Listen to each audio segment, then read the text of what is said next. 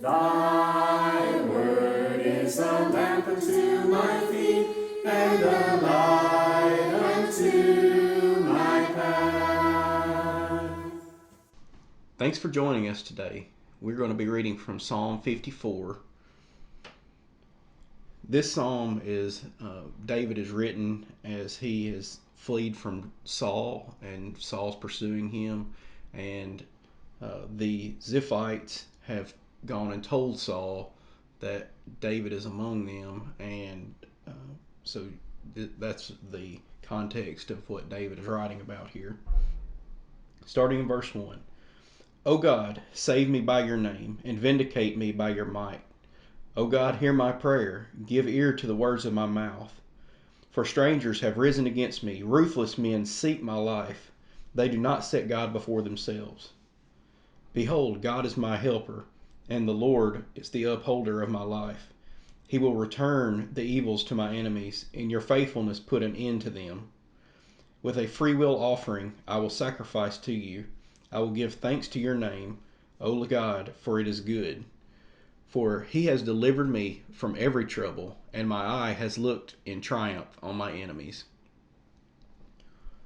While this is a very short psalm, it is still packed with several different thoughts that would be great for us to consider.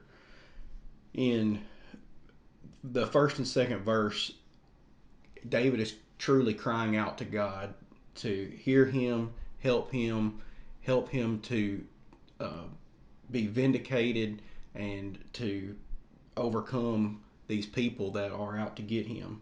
In verse 3, he continues in the same sentiment and talks about how these strangers, these people he doesn't even know, are seeking to kill him, seeking to help Saul to find him.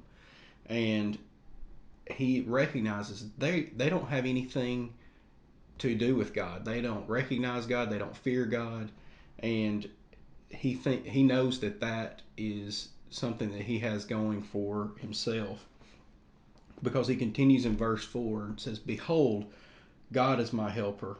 The Lord is the uplifter of my life. He will return the evil to my enemies, and in your faithfulness put an end to them." David knows his faith is in God. He knows that God is going to repay the evil to those enemies. If it might not be in this life, but it will for sure be in the afterlife. And David is confident in that, in knowing that the faithfulness that God has towards the people that follow him and what he will do to vindicate them.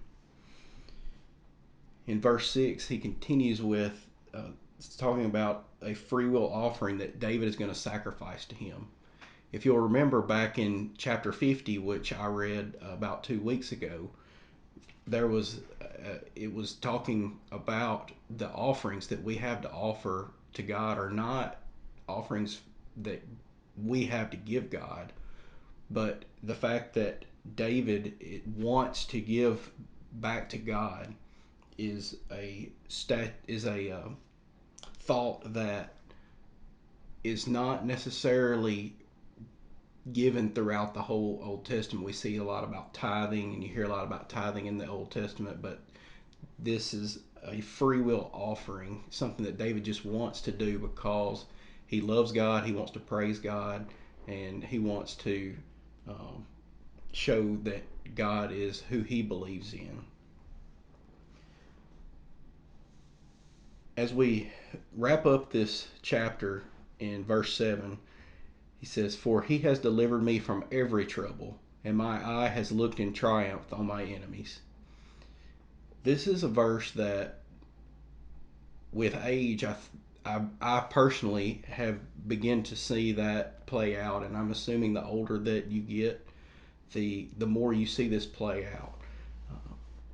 God truly does deliver us from our troubles, especially if we seek Him, if we ask Him to help us, if we want our heart to be in the right spot and we're seeking God and looking for how we can work through situations and asking Him for help. He will deliver us from that.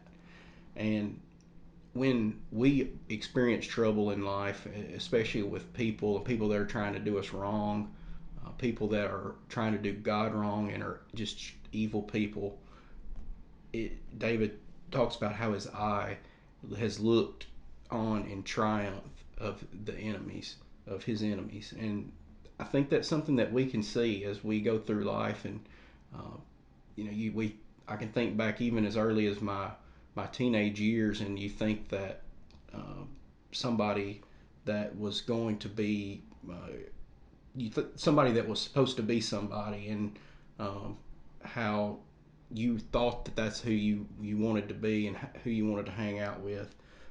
But as you follow God and follow His statutes, and you don't take the same path that those people do, and you begin to see that you're triumphing over them, and God is triumphing over them because of the choices that people make that are not wise and not in the statutes of God. One thing that I would like for us to think about from this chapter is, how do I respond when people are seeking evil against me? One thing that I would like us to pray for God to be glorified when I am placed in tough situations. Thank you for joining us today, and we hope that this has been uplifting, and have a great rest of your day.